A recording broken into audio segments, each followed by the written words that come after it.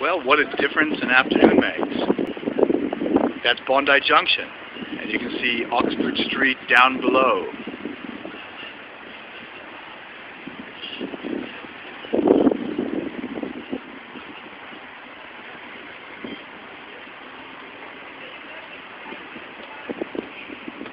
And we'll pan up to the Horizon Building, tallest building in this part of town, looking over Woolloomooloo, Naval Dockyards, and there's Sydney Harbour, and the Opera House.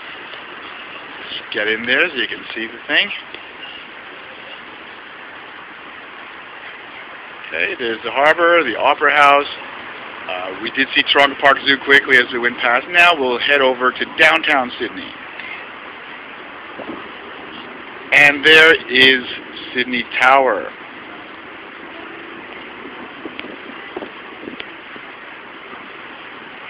We can finally start breathing again. It was terrible, terrible. But all better now. Here's Sydney. And it was the worst dust storm since the 1960s, apparently.